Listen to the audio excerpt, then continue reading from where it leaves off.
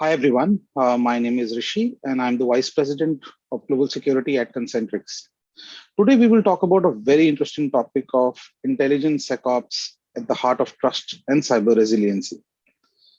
We'll cover it from three angles. We'll cover it from what is driving cyber resiliency externally, what are the threats we are seeing internally, what we are actually seeing, what is happening on the network, and what are the key takeaways? I hope you all find this session useful. Let's talk about the pandemic. We've all seen everybody going contactless.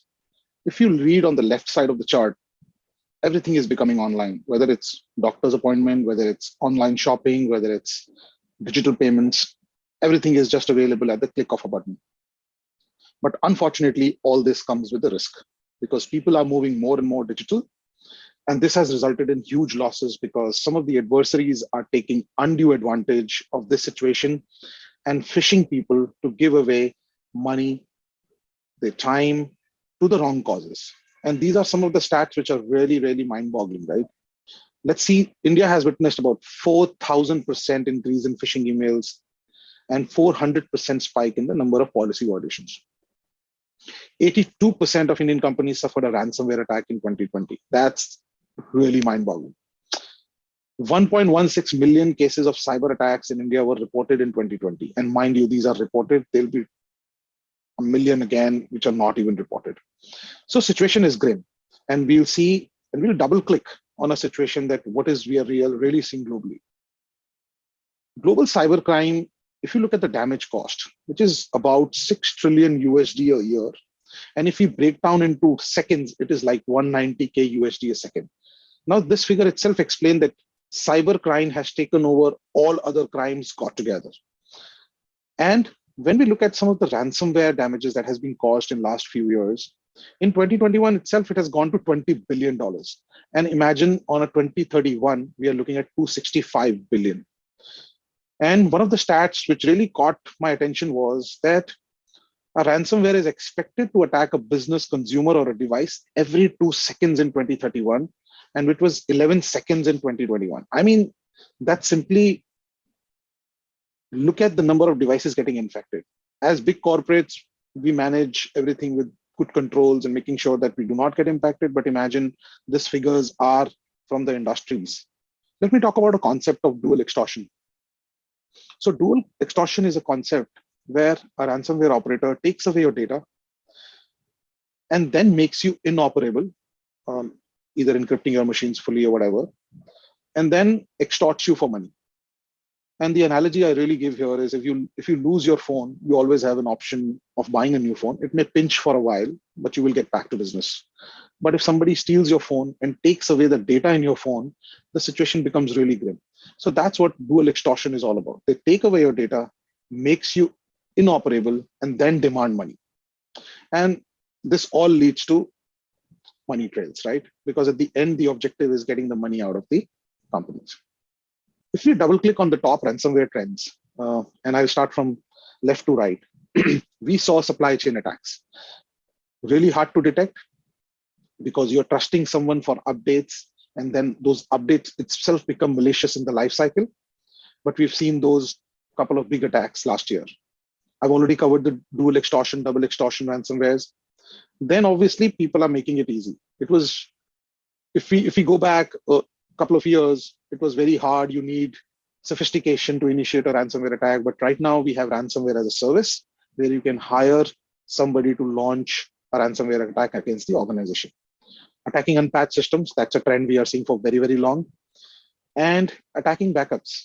If we thought that backups will safeguard us at the time of crisis, not anymore, because ransomwares are really looking for backups first, destroying them, and then making you inoperable. And those are some of the stats that you see from a ransomware perspective. So it is a real threat. It is not that we are talking about that this will come. This is happening as we speak. In some of the surveys that recently conducted, some of the figures and some of the responses that we are seeing, one theme is coming out very clearly, is lack of preparedness. So as we know that adversaries have become really, really strong and they have all the money and the power to launch an attack, somehow the survey responses from CISOs reveal that either they are underprepared, underinvested, or they don't feel very confident about the controls that they have in their setup. And those were some of the percentages that show that data. And this data is really interesting because this has a direct correlation of what we saw in the initial slides when we saw the attacks were materialized and there was so much high percentage of organizations faced a cyber attack. Some of the challenges of Indian enterprises, and these percentages itself speak itself for themselves, right? So monitoring security across the growing attack surface, like 46%, and investigating, validated, and prioritizing security incidents is about 25%. So I won't go into all these details, but this will just give you the facts that what we are seeing. Let me talk about, as security professionals, what we are really seeing, what is happening, so that we can lead to our next section where we talk about the controls that we need to implement. So what we are seeing is remote working is here. For last 2 years, it is here to stay. So demand for monitoring the remote workforce is increased multifolds. Visibility, visibility, visibility. I can't really stress enough on the visibility. If you can't really see, how will you manage?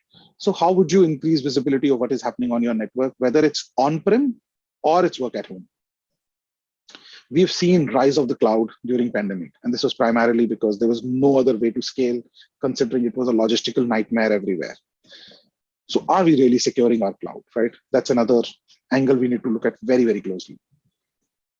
Threat intel, threat analysis is really key because that is giving you fuel, right? Because that's the fuel which is driving next gen security operation centers, because that will give you actionable information.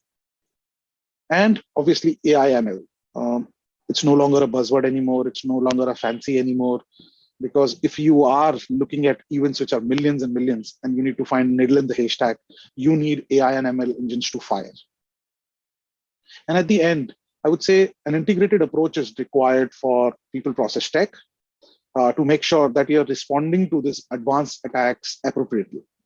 And let me share my experiences and some key takeaways, what we can really do. First and foremost, we need to get business and management approval on entire security program, because they are the ones who will be supporting you throughout, and it's top driven, right? Unless you've got management buy-in on the security program, it will be very difficult to run it. We need to regularly assess our enterprise processes and threat model against the real attacks. Gone are the days when we were doing fire drills. I'm not saying they're not important, they're still important. But right now, organizations are talking about cyber drills, and they are a good medium to check your readiness against the attack. You need to have your proper documentation in place. And when we say documentation, we may call it threat management process, but I like to call them playbooks. And playbooks clearly define who will do what in case of a crisis. AI/ML needs to be adopted. If we are still thinking about it, I mean, the bus is already left. So because of the advancement in the attacks that we are seeing, we need to advance our internal systems. And adapt the frameworks which are already there, whether it's NIST, PCI, adapt them in true essence. I mean, just do not manage compliance as, just tick in the box, right? We have to apply and we need to adapt them in true sense. And of course, define your KPIs, because that will reflect a success of a security program. Again, continuing with some of the takeaways, ensure your SIM solution is tightly integrated with IT systems. And when I say tightly integrated means, because so many logs are being generated, and often you will find yourself in a situation when an incident happens, you result in a situation, oh, this device was not integrated. Oh, well, that's a black spot, right? So we need to ensure that there is no black spots within the network and everybody is throwing logs and providing visibility. And we need to run automation and analytics on top of it. User entity behavior analytics has become the key, especially when people are working from home. It was a very easy task when we were bricks and mortars. We had defined schedules. We could easily predict that person X will log on from X location during this times. This has become really challenging with work at home because you don't have fixed time slots. Even you don't have fixed locations because people have moved to their native places and they're logging in from there. It is very important that we fine tune our UEBA. Again, I talked about it earlier, I'll reiterate. continuous vulnerability assessment is the key, and faster patching is the ask.